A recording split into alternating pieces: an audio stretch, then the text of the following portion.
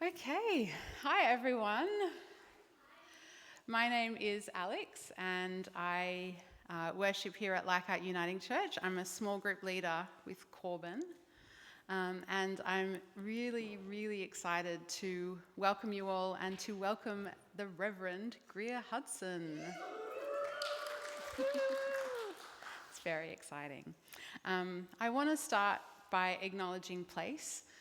We are incredibly privileged to be able to worship and live and love and play and move on the lands of the Gadigal and Wongal peoples of the Eora Nation. And I want to pay respect to their elders, past and present, and commit to supporting young people, the emerging elders, as they continue to take on the important work of caring for country and culture and passing on knowledge to future generations.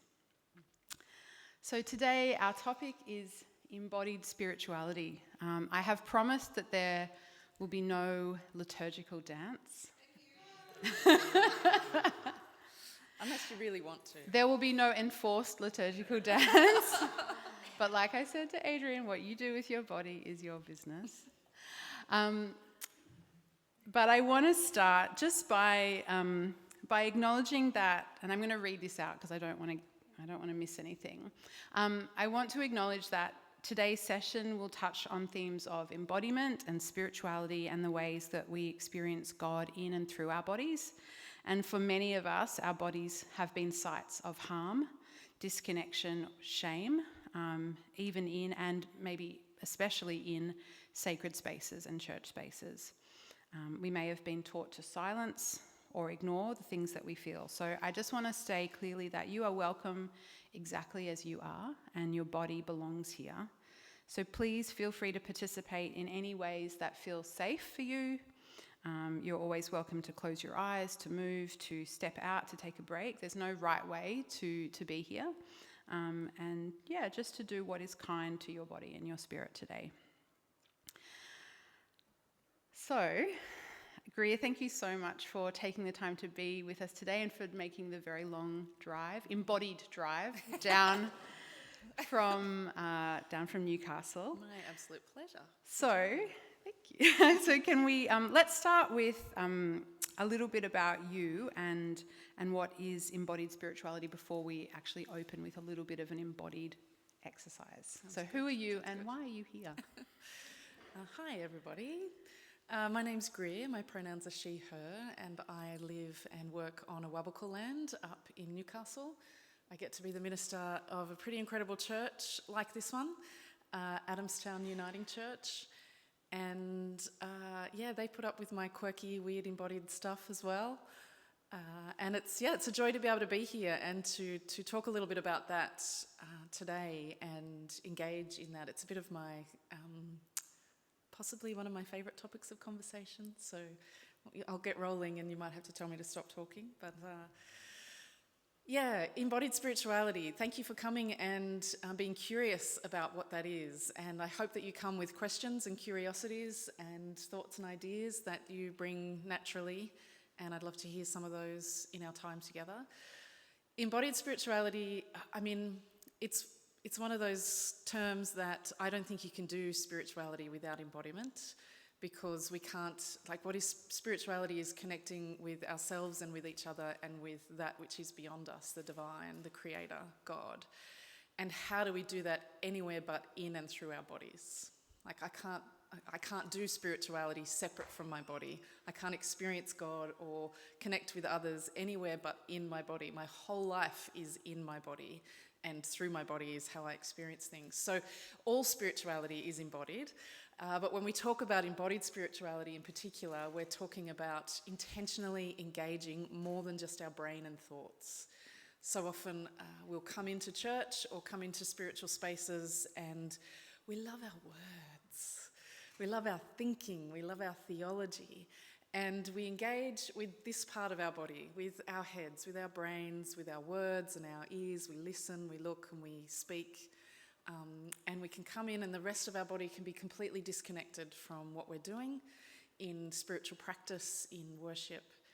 And embodied spirituality is about acknowledging, actually, I am not just my thoughts, I'm not just my head, I am my whole self, and my whole body can engage in spiritual practice and in worship, and that there is a different / greater depth to be gained when our whole self is engaged in our spiritual journey.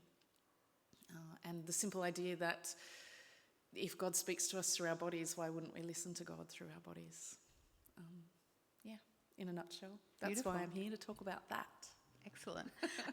So you kind of touched a little bit when you kind of made this, this kind of connecting or separating our head from our body. And, Christian tradition often splits the body and the spirit, and it elevates the mind and kind of says that that is the most important, that has primacy, while portraying the body as weak or, something that we have to overcome. Yeah. But the incarnation tells us that God chose to dwell in flesh. So how do you see this shaping our faith communities today? And how can we resist that divide? Oh, there's like 3 essay responses to that question. Yes, so the church has a history of rejecting the body, especially since Reformation, and Protestantism has a lot to hold responsible for kind of the distrust of the body. And yet, if we were to open ourselves to a more physical experience of worship and being Christian community together, I think that there's great richness and growth there to be able to encounter God and just to move beyond. There's beauty and depth in ritual and doing the same thing all the time. There's absolute beauty in that, but there's also an incredible possibility of transformation when you open yourself up to the unpredictability and to the different and to the new, and I think embodied spirituality enables that. So it's an invitation for the church. I think it's an invitation for individuals for their own spiritual practice, but it's an invitation for the body of Christ. Paul wasn't anti the body, he was all about the body of Christ, to grow and be transformed if we're engaging as a body, as bodies. Well, before we get too much into our heads, let's maybe pause to engage our bodies. When Greer and I had a conversation prior to this interview, she said, embodied spirituality, it would be like learning about the flute with ever blowing air into the flute. So let's blow some air into our flutes. That's right, you can't learn to play the flute just by learning about it. Exactly. You've got to engage in it. But I'm also really conscious that we each come here, and we've come here for a conversation, so we haven't come here to liturgically dance. And come on, liturgical dance can be so beautiful, gets such a bad rap. But I just wanted to take a little moment to invite us into a bit of embodiment. So before we do anything differently, just completely stay where you are, I just want you to take a moment to notice your own body. Just notice your breathing. Don't have to do anything about it or change anything. Just simply notice and welcome it as it is. Notice what's going on in your face. Have you got muscles doing anything in your face? What's your jaw feeling like at the moment? Notice your shoulders, what your arms and hands are doing. Notice your lungs and your ribs. What are you noticing about your torso and your body right now? What can you feel against your skin? What can you feel under you that you're sitting on? Notice your legs, your ankles and your feet, and your toes in your shoes. And just notice your body. What do you bring in your body today? What do you bring that you might not want to bring with you? What are you carrying?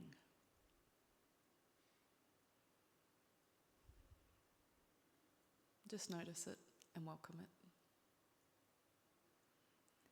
We're going to take a few deep breaths, and we're going to do that together. So I'm just going to invite us to take a deep breath in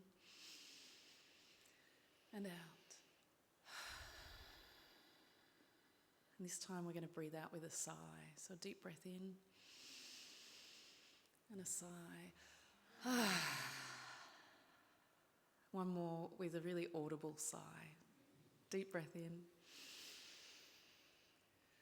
Awesome. And take a hand and give it a bit of a shake. Let that go up to your shoulder. It feels a bit weird. And the other hand, give it a bit of a shake. All the way up to your arm, your shoulder. Both at once. Take a foot and give it a bit of a shake in the air. And the other foot. And we're sitting down so we can do both feet at once. My favourite, shake out what you're sitting on. And just for like 3 seconds, let your whole body have a shake and make some noise with it.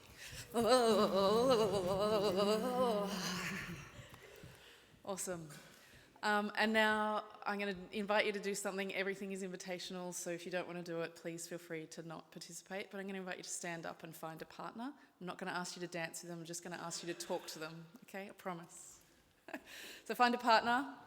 If you don't know who they are, ask them their name. Feel free to stay safe and go with someone you came with, or cross the room and find someone else.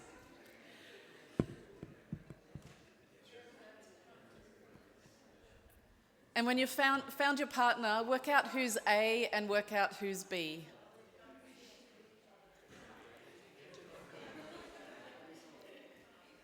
And I'm assuming people who are on their own or sitting just don't want to do it, and that's totally fine. So respect, go with whatever works for you.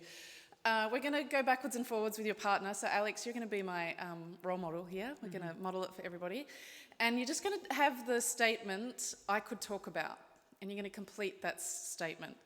You're not actually talking about it, you're not unpacking it, you're not telling your life story, it's just a one-sentence thing I could talk about, and you just go backwards and forwards. So I could talk about being able to have a nap on my way here. And then you go. I could talk about knitting. I could talk about my dog staying at my friend's house for the weekend and not wanting to come home. Ooh, I could talk about our cat always trying to find a sunbeam. And that's it, you go backwards and forwards and do that. But there's one more thing I'm going to get you to do, which might feel weird and uncomfortable, but go with it, okay? I'm going to ask you to put at least one hand on your head. Because what I'm going to get you to do is to name the things you could talk about that are on your mind right now. What's on your mind right now? What are the things that are on your mind? And just go backwards and forwards and name about 5 each of the things that you could talk about. The things that are on your mind. Go for it.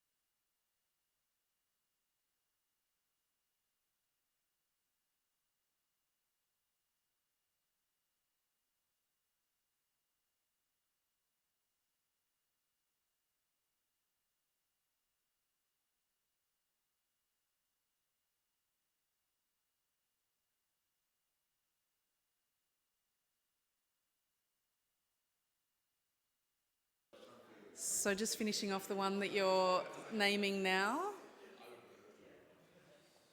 All right, giving that hand a bit of a break. Can you put your hand on your heart? Can you go backwards and forwards again and just name a few things, the things that are on your heart right now? Go for it.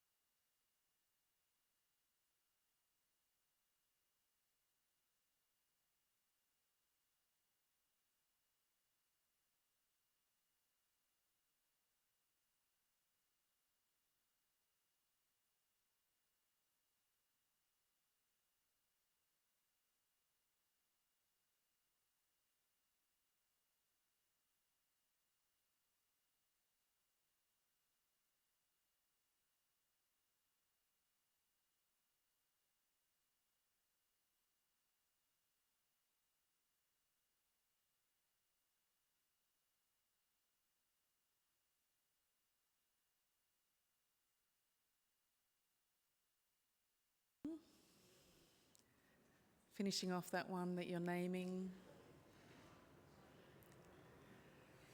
And last one, there might not be as many here, but put your hand on your gut.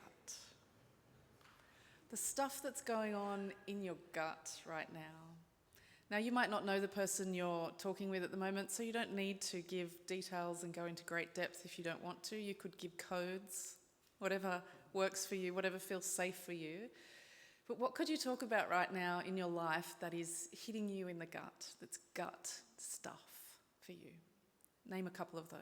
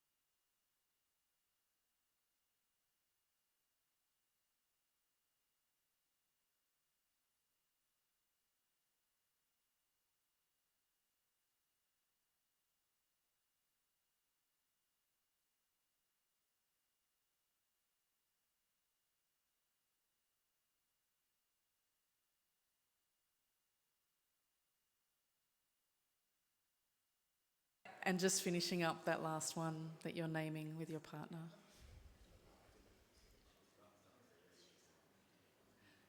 And when you finish that one, I just want to encourage you just for a minute or so with your partner just to notice, what was that like? What did you notice in the things that you named, in being conscious of different parts of your body?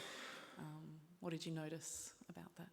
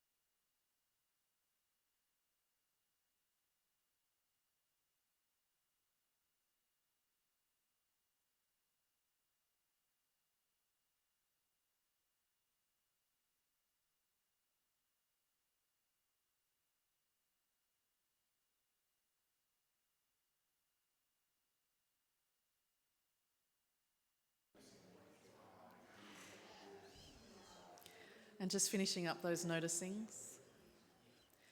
And when you have finished, make sure you thank your partner very much and you can head back to your seat. Thank you. Thank you. And I'd love to invite anyone that would like to share things that they noticed about that. Rads has got a microphone, so that I think you're recording this, is that correct? So we might be able to hear you here, but this enables the recording to hear it as well. Anything that anyone noticed? Be brave. Hang on 1 second, sorry. There's a microphone. Thanks, Helen. Just that the pace slowed down each time. Interesting. So it was kind of like more consideration. Yeah.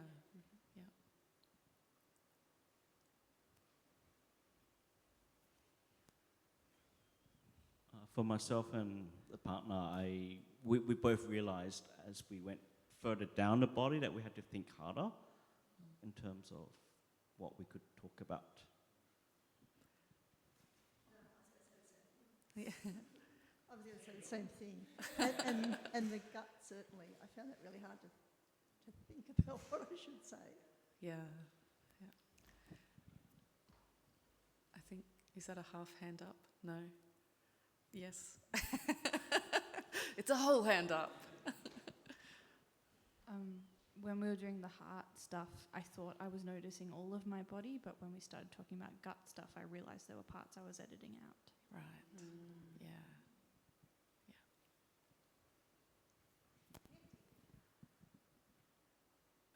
I actually kind of noticed, at least for myself, that it's actually quite difficult to disentangle thoughts from each other, to actually like attribute it to the different sections.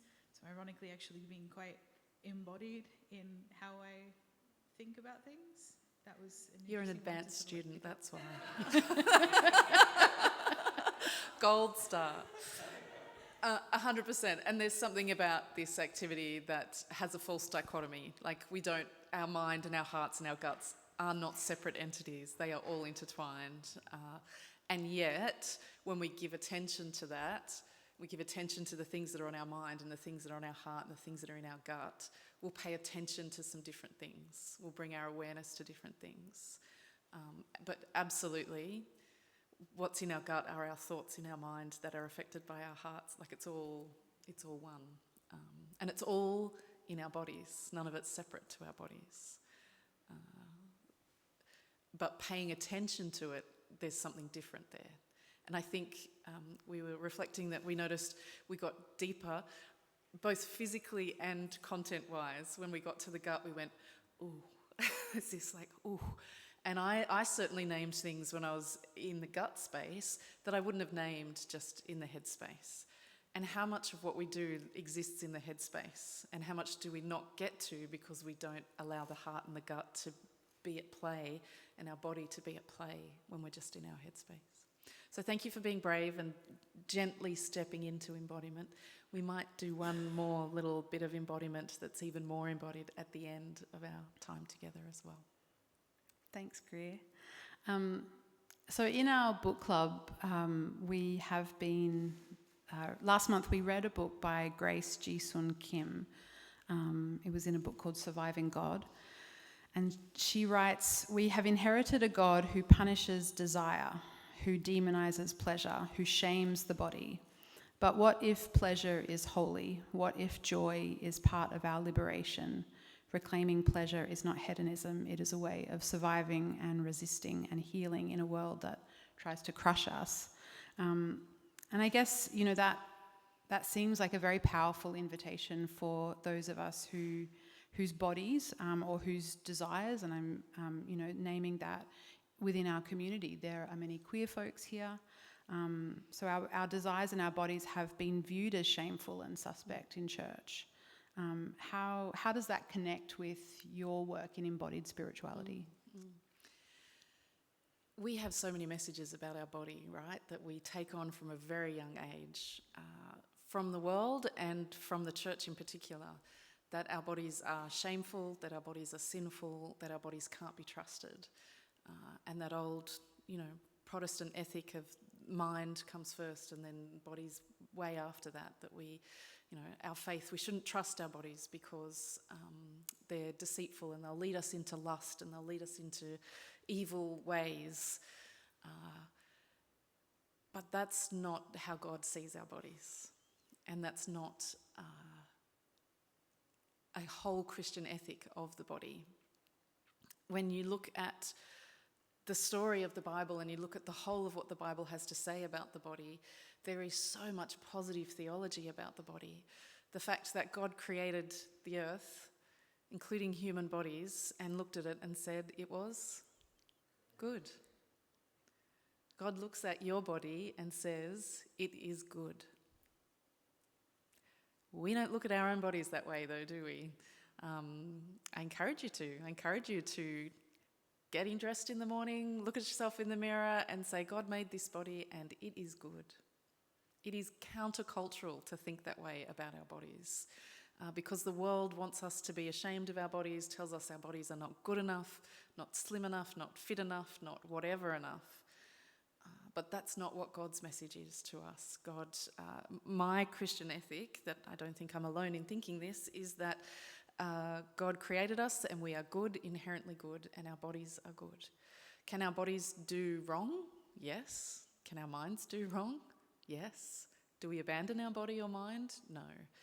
Do we shut them down? No. It's learning to live in step with our bodies and in step with our whole selves in a way that honours God and honours God with our whole lives and our bodies as well. So when we are reclaiming our bodies as good and holy, we are not only remembering creation, we're also remembering that our bodies are the temple of the Holy Spirit. So if God can dwell in this body, it can't be all bad, right? That we are temples of the Holy Spirit. The Holy Spirit dwells within us. Therefore, our bodies are holy and sacred. And we get to reclaim that and reclaim a positive message about our bodies that overcomes not only the world's message that says we're not good enough, not fit enough, and our bodies need to look like this completely unrealistic image of what a body is, but also the Christian message that has abandoned the body or abandoned accepting and loving the body. We get to reclaim the body as a positive, healthy, wonderful space that God created and is inherently good in whatever ability, gender expression, sexuality, quirkiness, love of dance, hate of dance, musical ability, all of it, it's all God's creation and it's all good. Thanks, Greer. I've got lots more questions, but I might open it up just to see if there are any questions in our audience. I'll kick it off. Greer. Don't make it too hard, Rads. No, I will, actually. I want to ask a question about Pentecostal or charismatic style worship. My sense is the explosion of that kind of form of church was maybe a desire to be really embodied in worship as opposed to really cerebral. I think there is in some spaces, including the Uniting Church, a kind of a weirdness about raising hands or being in that way in worship. In your experience, is there a way, do you think, to sing hymns or do traditional prayers and that kind of thing and to have an embodied experience even in that kind of form of church? Yeah, I think that we bring the bodies we bring. And so we bring the embodiment we want to bring. And our call is to make churches and make worship spaces safe spaces for people to worship as they are, without expectation of having to fit into a mould, or without expectation of having to be palatable for others. So my favourite worship spaces are spaces where I feel comfortable to sway and rock, to lift my arms, to even dance. And the person next to me feels completely comfortable to not even stand up. That's my favourite worship place, when we can come as we are and bring our whole bodies in whatever way feels right. If you feel moved in worship to bow down on your knees, would you feel safe to do so? If you feel moved to cry, do you feel safe to do so? The spaces that enable us to be in our bodies and not have to disconnect from our bodies, but let our bodies be however they are, I think are the safest and healthiest. I totally understand that the Pentecostal charismatic expression of worship, often gets called the happy clappy version of worship, can be off-putting, and that there can be a swing away from that to be contained because it's uncomfortable. People doing things that look or seem weird or are spirit-led, it's unpredictable, it's uncontrollable, it might feel uncomfortable, and at times it might feel performative. But that's not my place to judge their worship. If that's how they connect with God, I'm not going to stand in the way of that. And I'm sure I do. I'm sure that in leading my church, there are ways in which I don't mean to, but I stand in the way of people worshipping God, and I don't want to do that. So how we hold space for that, it's not an easy thing. Yes, absolutely, it's possible to feel embodied with traditional music. I think one of the things for me is that key question of, are we singing about God or to God?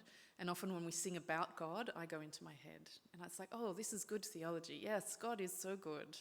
And then when I'm singing, God, you are so good, it's like it drops it into my body and it becomes a personal thing then, and my body is engaged. You know, and I was chatting about this with Alex. We are embodied in our worship. We take communion. That's an embodied sacrament.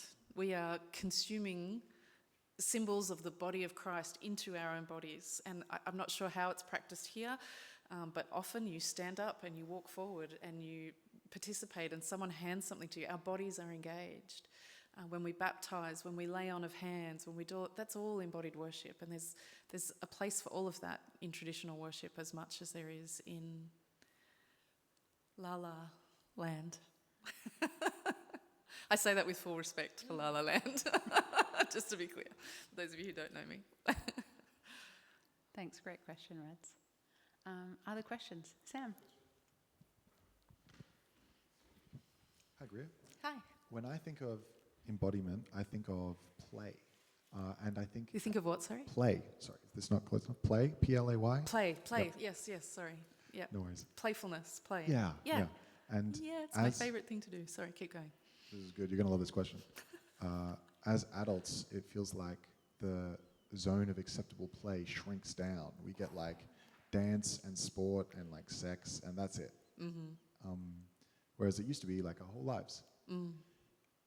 Religion, and particularly like ritual, seems quite opposed to play. Mm. Can you speak to the role of play in spiritual practice? Oh my gosh, yes. How long have you got? I know. Okay, so my favourite form of spiritual practice is a thing called interplay. And interplay is a movement that came out of the United States over 40 years ago.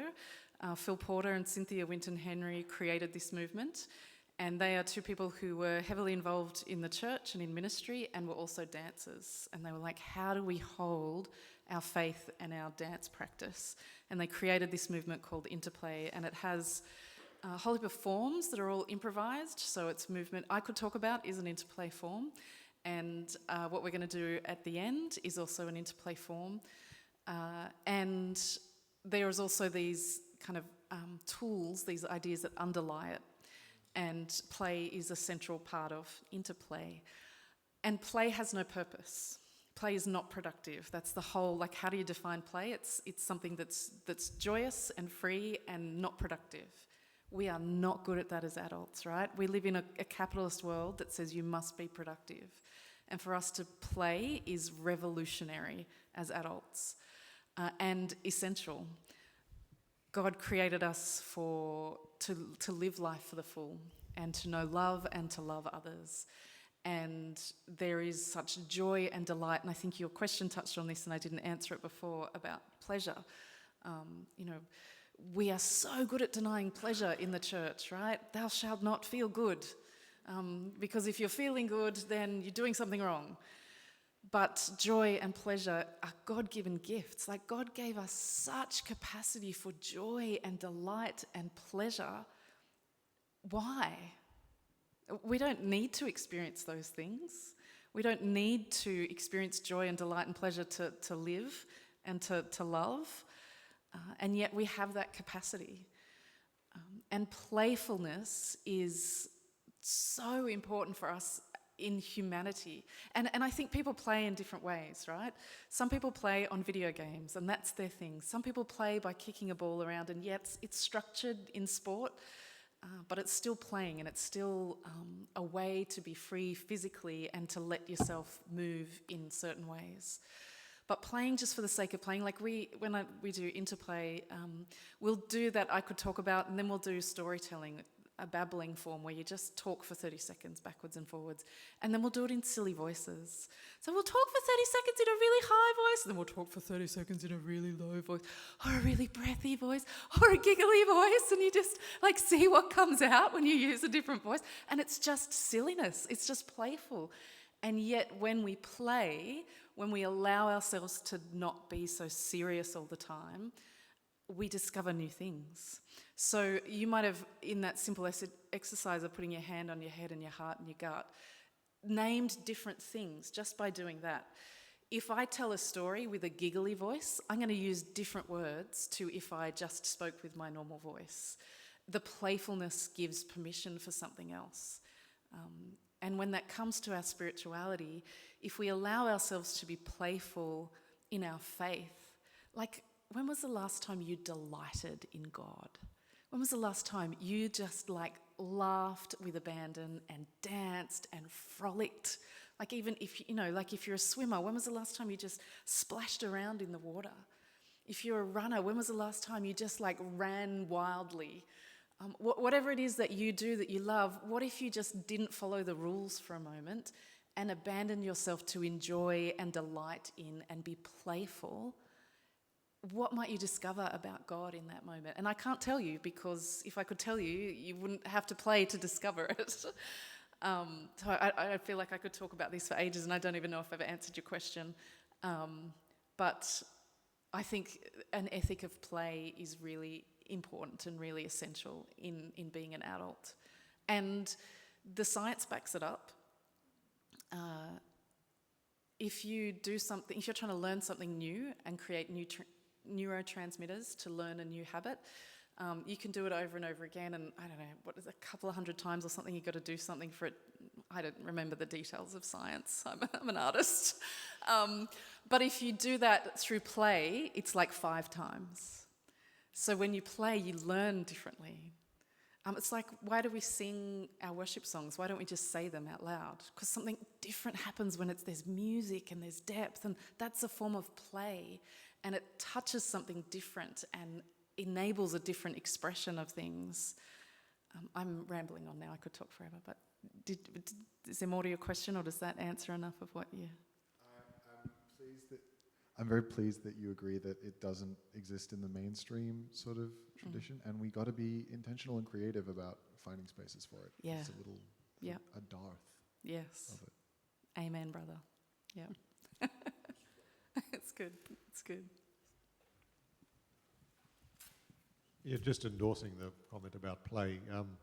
There's been a Harvard study of Harvard men from back in the 1920s, and it's been going for about 100 years now. And George Valiant's written a couple of books about ageing well, and a sense of play is one of the most important factors in people ageing well in older age. So to be able to have fun, whether it's sailing or golf or not just sports, whatever you want to do, to have fun. And the people who live longer tend to be the people who play more. I'm going to live forever. Yeah. But also, of course, a sense of spirituality was also one of the factors that came up. But being able to play is really important. And I think when you get older, you start to lose your sense of, well, I'm no longer useful or relevant. I have to be doing something serious and important, which is not the case. We can play all our lives, but we can be able to make some time to play and have fun is really important. Beautiful. Yeah, I love that. I love that. And in Interplay, I've heard people many times like introduce themselves as a recovering serious person. And I think that we need to do that, right? Because we do get so serious. Everything is very important and serious, and we must be productive. It's not really fun though, is it? Yeah. And if you struggle to play and to be playful, find some kids, safely, not random stranger kids. Find a friend who has kids and like get down and really play. Like, don't just sit back and watch them, but properly play with kids and learn from them. You knew how to do it once. You knew how to play, and you can recover it again. We have kids here. We have Lucky Ducks, and you too could be part of the Lucky Ducks team. After you've done your working with children check and... Question? So many things. Where to start? To speak to that exact comment just then, though, I think about, for all of his problems as a person, Picasso, whatever, and the entire frustrating journey of his life to try and capture the recklessness and the unbridled use of childhood as a way of approaching art, in the idea that, you know, there is no critique or rule or skill necessary in creation as a child. And there is no limit to that, but we lose that as we get older, and then there's this entire idea of learning the rules, but then he became a very big advocate of the learn the rules to break them, but also, are there rules in the first place, or have we kind of imposed them on ourselves, that sort of thing. And I think it almost feels like a return to that idea of desperately trying to find that limitless praxis as a child, as it were. But I think this speaks to the idea of an ethic of authenticity, a la Charles Taylor type thing. I'm really showing my hand as an academic at this point. Because I think, look, authenticity, I'm just summarizing something. So authenticity involves a creation and discovery of originality, which sometimes consists of deconstruction of social orders and rules. But it also needs an open acceptance for alternate horizons of significance and a dialogue with those supposed tensions. So I think that it's a dialogue of the self with the outside world. And to me, in this space, I feel like that is very much a problem I experienced growing up Catholic and attending services that are incredibly prescriptive, certain expectations. So it is very much you end up knowing the entire order of procession in your head and then almost dissociating the entire service because you just sort of do it and you go. There's no, sense of that presence. Ability to actually create an embodied experience of that space. But then I think about some of the religious experiences or encounters that I've had outside of just Catholicism, where I've been in random community halls, people's backyards, and other spaces that aren't a structured institutional value of service, Christianity, whatever. And that space is so much more generative to be able to create an internal aspect of play, of embodiment, of being able to speak to rather than at God, as it were, all of those sorts of things. I don't really know where the question sits in this other than just great. I think that it's really about becoming true to yourself in what that looks like, regardless of the outside world. Yeah. Individual spirituality to then enact a change in what it looks like at an institutional or parish level. Yeah, and it's so much I want to pick up on there. Good stuff, good stuff. I just want to touch on that last thing there, though. Embodiment, I can be in my own body and it can be an individual thing, but when you embody with others in community, there's something really powerful about that, because it's not just about me and God and my body, it's about being present with the body of others and connecting in every direction, internally and with others. But what I hear you talking about is authenticity and creativity. So how do we turn up to spaces as we are, not as we think people expect us or want us to be, and how do we create space and energy that might be a little unpredictable, but breaks the rules if there are rules and allows for that creativity and generativity. Let's go with it. Let's go with that. Yeah, great, thanks. And it's partly about turning up, and when we turn up, being present and engaged with our whole body. So if we are disconnected from our body because we don't like our bodies and we have shame about our bodies and we listen to that message that our bodies need to be different, it's very hard to turn up in your body and to be present physically and embodied. But when we do, when we can say, God made me and my body's good as it is, I do not need to do anything to change it. Grace says I am loved as I am. And I can turn up and I can be connected to my whole body, not just my head cerebral surface, but if I can be fully here and happy to play and to not be bound, what might happen? What might turn up? You know, we talk about internal authority in interplay, this idea that external authority can tell you things, like we get told things all the time, but what we know internally, what we know from our own experience is really so much more powerful and strong.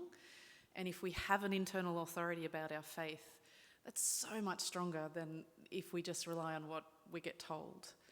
And so if we can have our own internal embodied faith experience and then turn up with each other, yeah, that's an exciting space to be. May I ask another question? Sure can. So many spaces around the world, different cultures, different faiths have these beautiful practices of embodied spirituality, meditation and yoga, and even the kind of Muslim prayer postures and stuff. There's great stuff out there. And there are voices within the Christian church who would say you shouldn't, like don't get into that stuff because it's idol worship or dangerous. Yeah, I hear that as well. Yeah. What do you think? Politely. Yeah, I think that anything that you do is dangerous, right? Anywhere you go is dangerous, and I don't think that we need to be afraid of those things. I know I used to teach at a Christian school, and we weren't allowed to do yoga as a sport because it was considered an Eastern spiritual practice that, opens you up to devil worship. It's like, well, no, it doesn't have to. But the same thing could be said of, any food you consume or... Anyway. Our bodies are the temple of the Holy Spirit. Wherever we go, the Holy Spirit goes with us.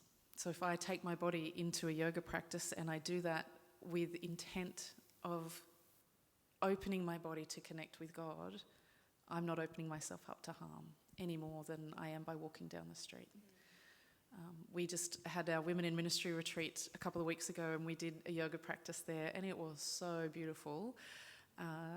Our facilitator for that, beautiful Christian woman who trained in yoga and very skilled in intercultural ministry, and she, just peppered the yoga time with this beautiful faith-based idea. Little things like when we'd breathe in and stretch out, she'd say, because we lead with our heart. Just that little Christ is here, and I'm opening my heart to Christ. So whatever we engage in with our bodies, we can do that with intent for good and intent to grow closer to God. A similar argument has been used for many years, very anti-sex. We've kind of skirted around that issue a little bit here in our discussion of bodies and pleasure. But there's a lot of fear around sex, especially in the church. What if we don't have that fear? What if we enable that to be sacred and holy and beautiful and a gift from God, rather than a shameful thing that needs to be hidden and a thing that we need to be scared of? Does that answer your question?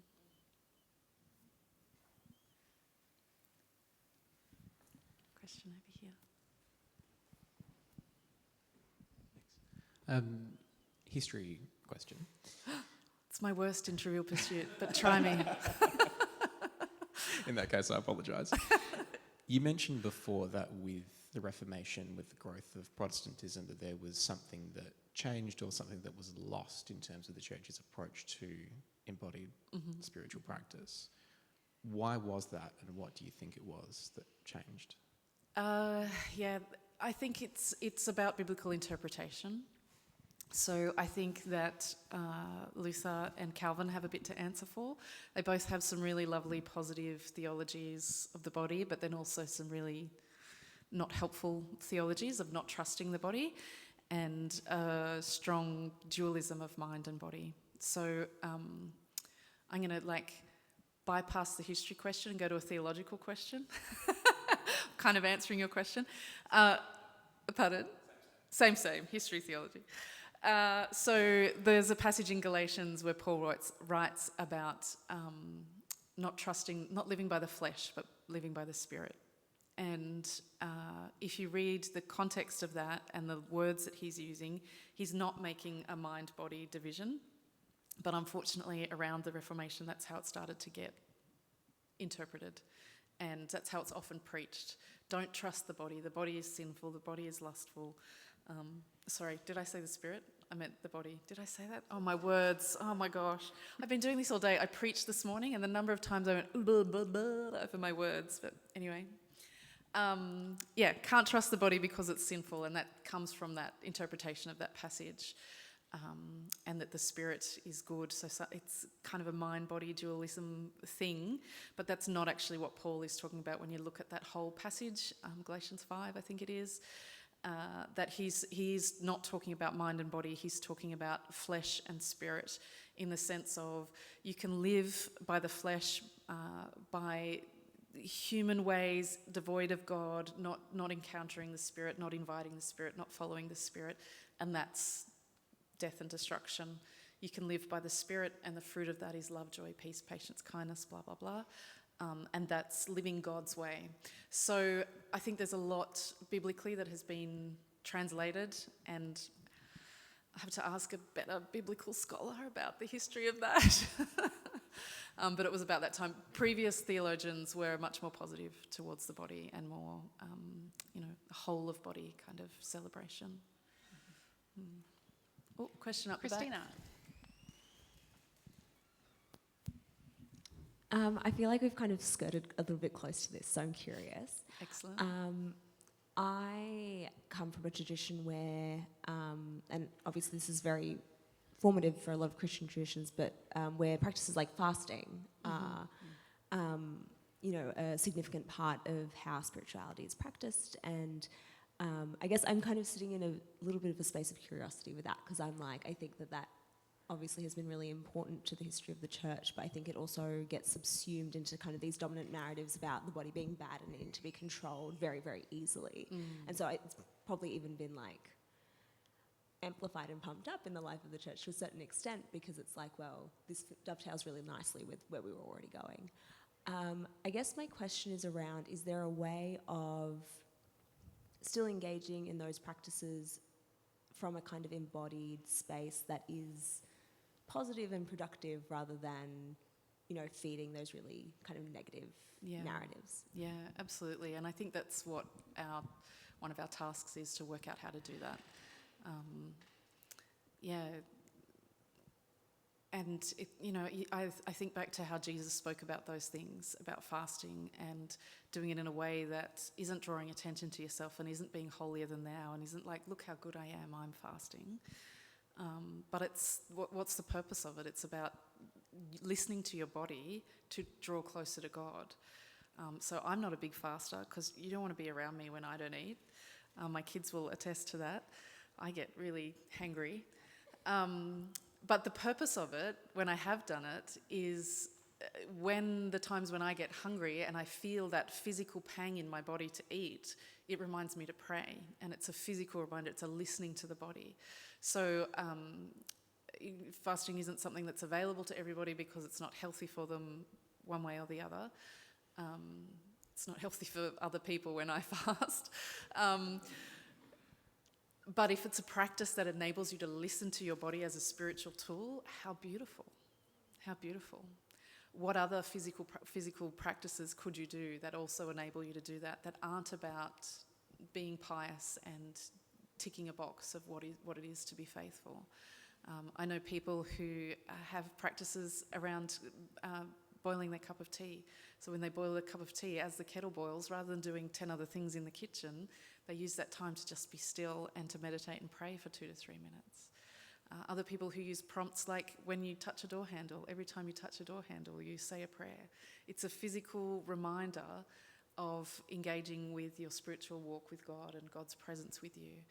So I think it's limitless what you could do. You could have a prayer that you say every time you get dressed and put on clothes. Clothe me in love and graciousness today, Lord God. Using your body and using those prompts to continue to engage with Christ deeper and deeper each day. So yeah, absolutely, reclaim them, those practices.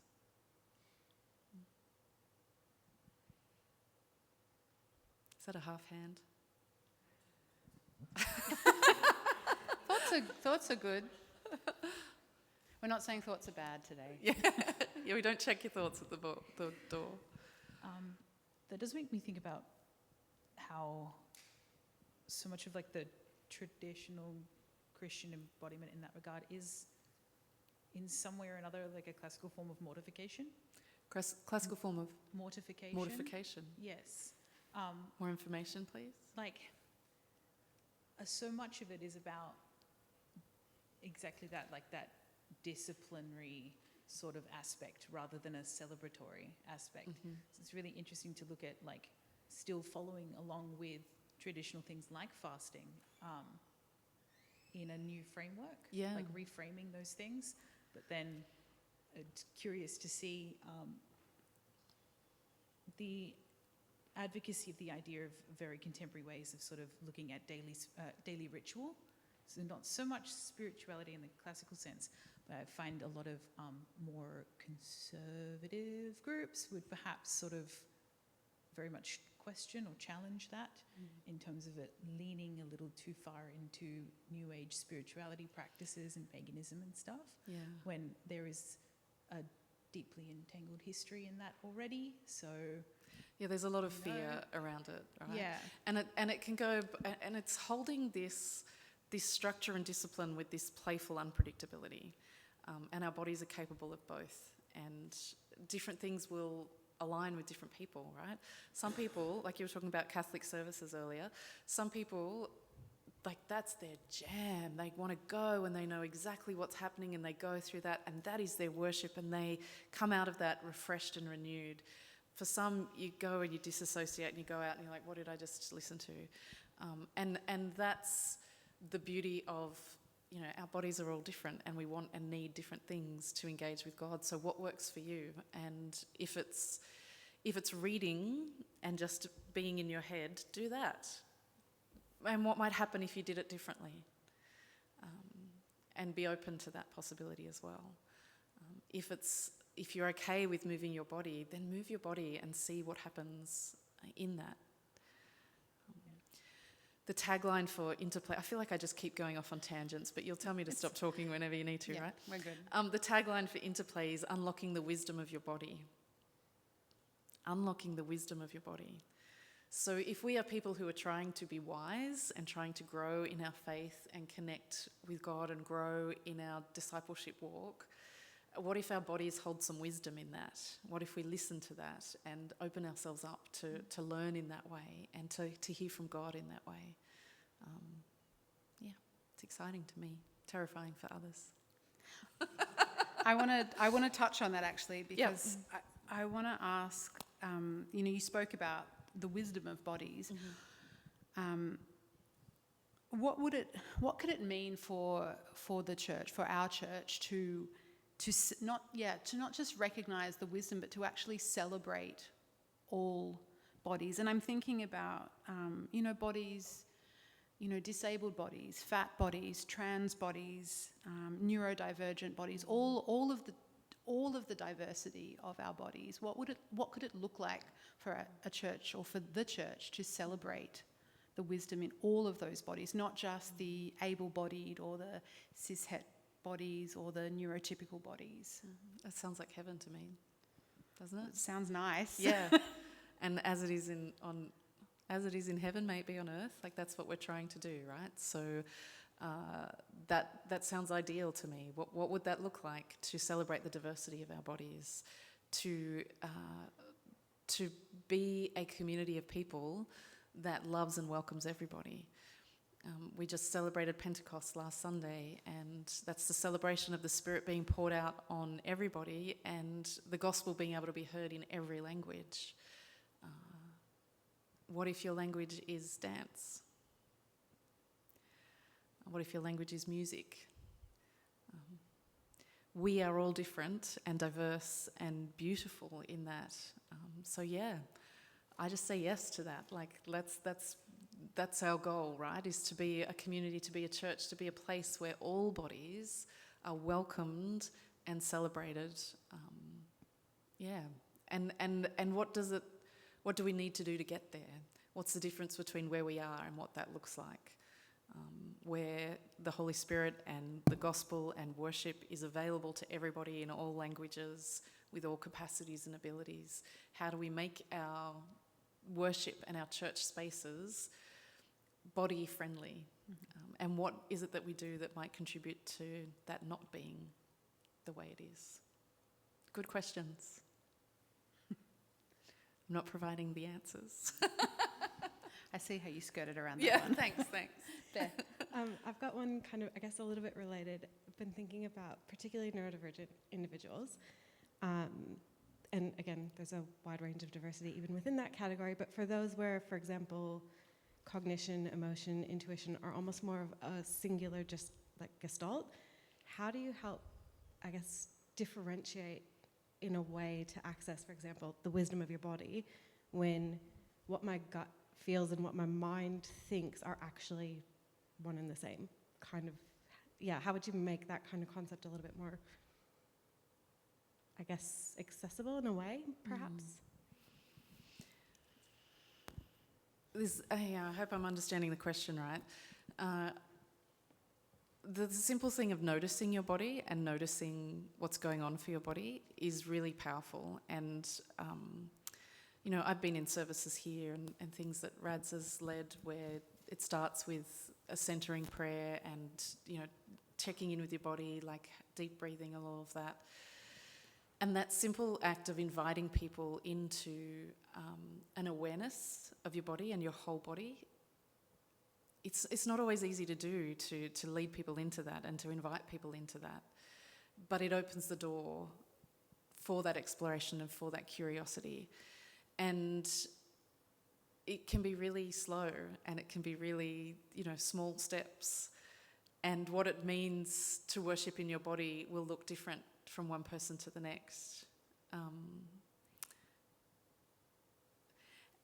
But opening the door and making it safe and possible for them to do so. In small little ways. Like I've got Frank here today. He's come down from Newcastle with me, member of my church, and he'll be able to attest to the fact that every now and again I'll get my church to do things that just push them a little outside of their comfort zone. As a very sweet member of our church council said not long after I started, he said, like, Greer, it's like you just take us to the edge of our comfort zone and then push us a little further. Yes, mission accomplished as a minister. But just getting them to hold hands when we do the blessing, for instance. And so there's this physical connection. Because we can talk all we want about community and how we're one, and then there's something that happens when you hold out your hand and hold someone else's hand. Changes something. Thank you. Awkward.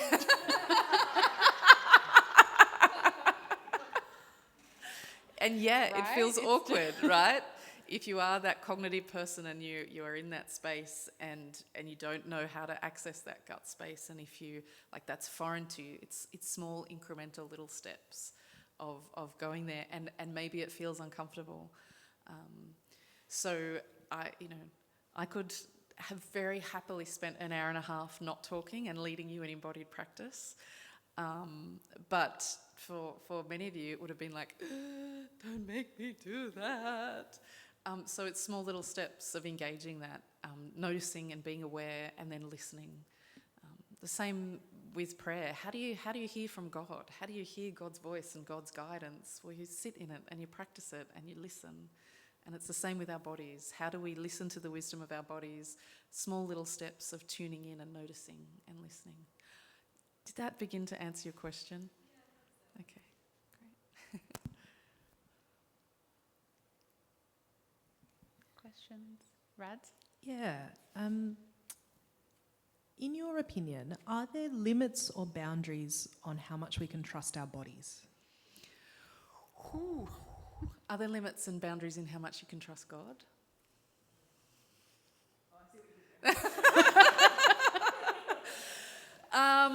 Good question.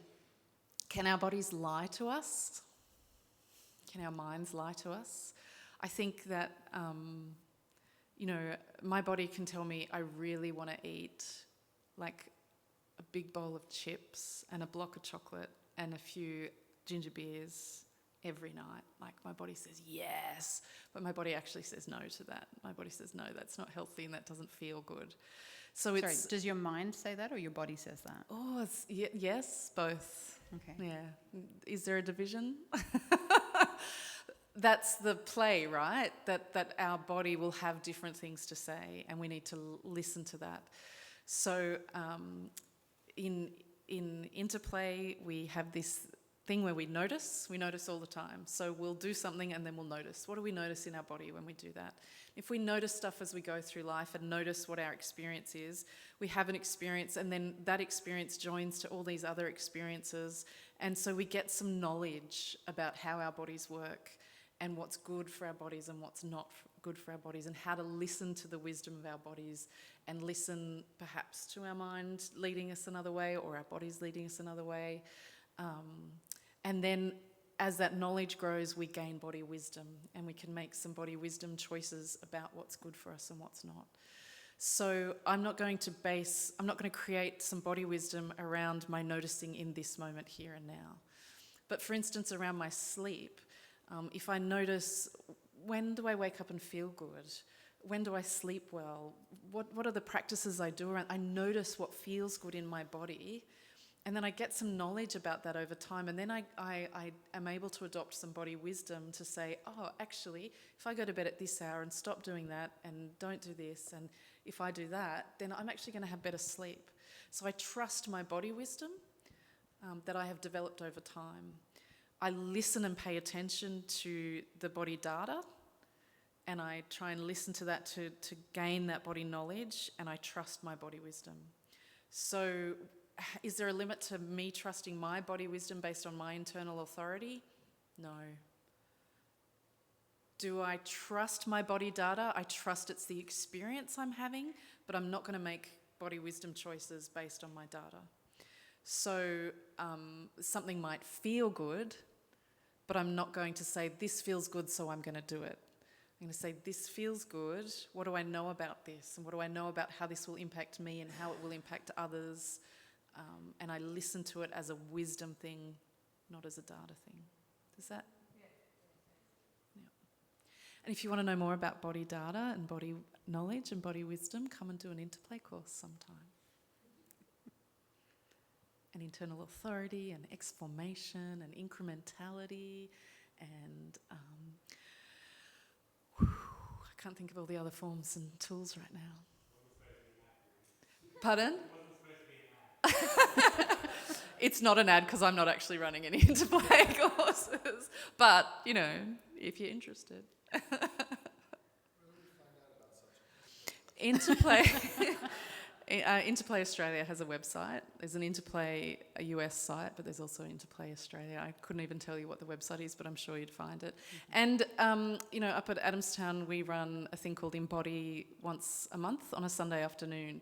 So that goes from 5:30 till 7. I'm so bad at numbers and details. Thanks, Frank.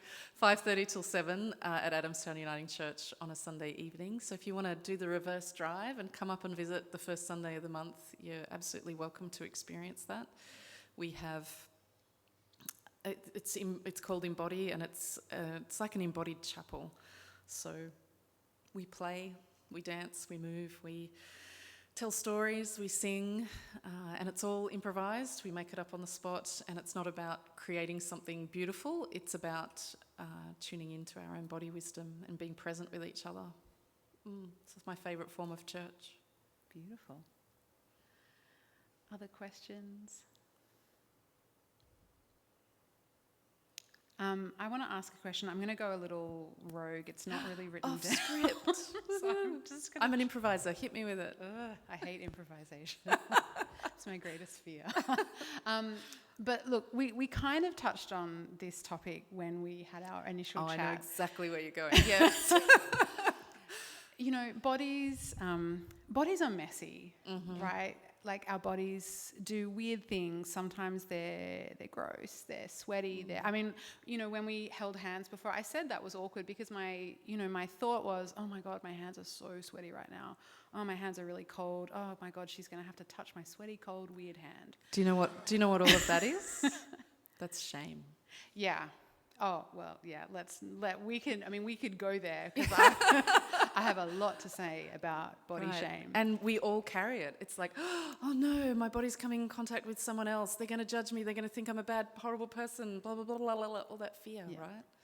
Yeah. But So like, bodies are weird and messy and awkward, and they do stuff that we don't have a lot of control over.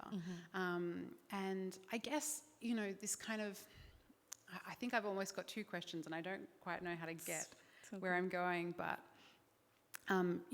we're told that our bodies are bad, that they're shameful, but we've been, Jesus came to us as a body, as a fully human body, yes, a fully divine body, but also a fully human body, which meant, to me, that opens this possibility that Jesus had all of the same weird bodily experiences that I do. So why is it that I still feel, and that society still tells me, that all of my, my body and all of the things that I can do and experience with my body are not holy, when, the holiest of holies was a human body? yeah. I mean, the theological spiritual answer to that goes back to the Garden of Eden. Like, the story of creation tells that story, that, the first people had no shame in their physicality. They were naked and messy and beautiful, and there was nothing gross or awkward about it. But with the introduction of sin, so the story goes, so also came shame and covering up and hiding. And I think we've been doing that ever since. I think it's part of human nature, is that an innate belief that there's something wrong and messy and gross about us. And sweat, like, it's wet, it's smelly, does it have to be gross? Our bodies are messy because we like control in this world. We like things to be controlled and neat and tidy and fit into the box, and our bodies don't always do that. I am trying to reclaim that from a bad thing, that our physicality isn't bad. That's nothing to be ashamed of. Like, everyone farts, right? Why are we so ashamed of it? I mean, I know they stink sometimes, but why is it a shameful thing? We're taught to be polite and controlled and contained. And that flows into then a thinking about physicality as being bad. And if Christ was human and had flesh, he felt cold and he felt hot and he cried and he farted. And do we go there? We do it. It's written on my notes. And he had wet dreams. Oh, we love that. And he got aroused and felt pleasure and desire and may have acted on that. Whoa, Christ was human in flesh. And yet we have so much shame around that.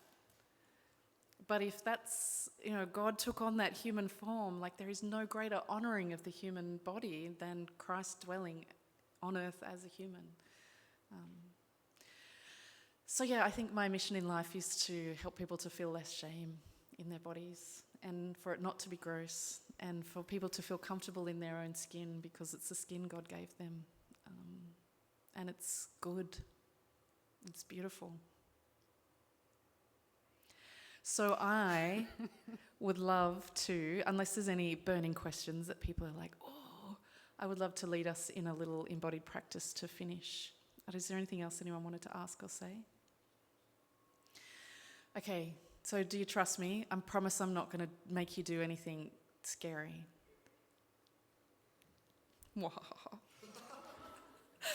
I want to invite you to find, I know I'm not very believable, am I? I'd like you to find some space on your own. So I encourage you to lie down if you're comfortable doing that. If your body's not comfortable lying down, you can just stay in a seat somewhere, that's totally fine. But if you're comfortable lying down, find some space. There's there's cushiony beanbaggy things over there, that's awesome. If you want to stay in your seat, you're welcome to do that. And I'm just going to keep rambling as you find space to be comfortable. And lie down on your back if you want to. So when we pray, we usually use words. Sometimes we say them out loud, sometimes we say them in our head, sometimes we write them down. But prayers don't have to have words. Prayers can just be us being present with God. And we're told that the Spirit interprets the groans of our heart and carries those as prayers. So I'm going to invite us into an embodied prayer. But first, I just want you to put a hand up in the air. If you're sitting down, put it up in front of you. If you're lying down, you're raising it up over you. Not yet. Did you want to join in? Sure. Yeah. Yep. And I just want you to move your hand through the space. Just explore the space that's around you. Feel how far can your hand reach? And what can it touch? It might touch the ground or the seat beneath you or your body. What can it have contact with in this sphere of movement? Hey, Rads and Adrian, do it. Oh, lead by example, you two. Get on the ground.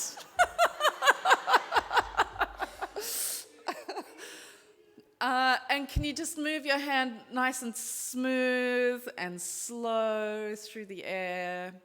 And can you keep that same quality of smooth but make it really fast? And just let it move all the way around. How fast can it go around? And now make it jerky. And jerky and slow.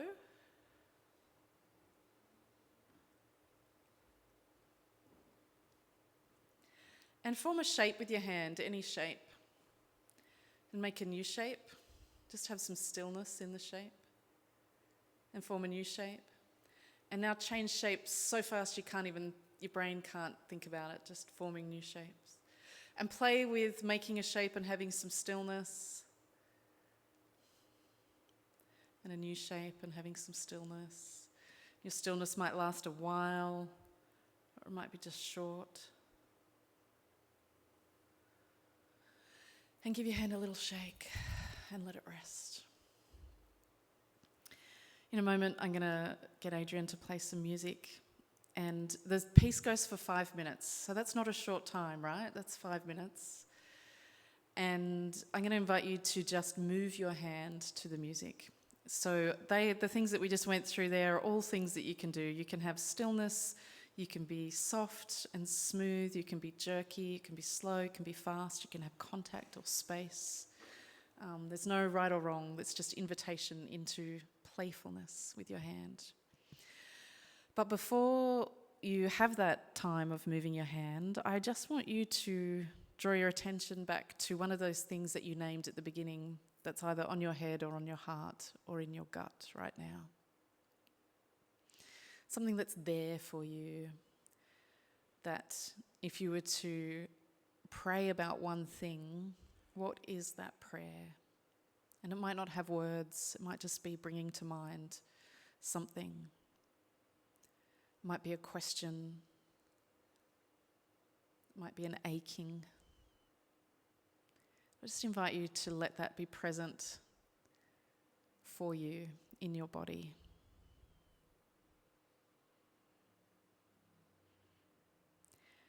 And I invite you to lift your hand up into the air. And as we listen to this music, let your hand dance as a prayer for what it is that you're holding. Let your hand hold the prayer and play with it.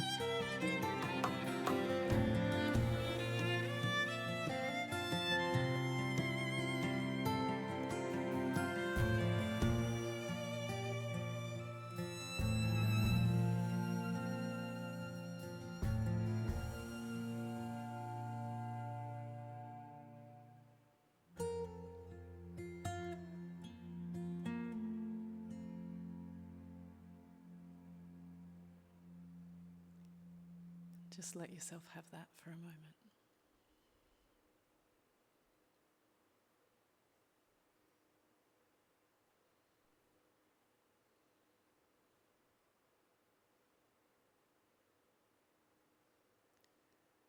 I invite you to take a deep breath in and let it out with a sigh.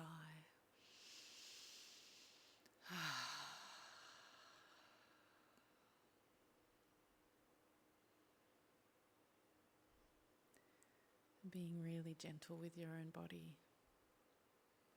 Just coming back into the presence of the room. Having a slow little wriggle of your body, bringing it back into this space. And when you're ready, coming back up to sitting.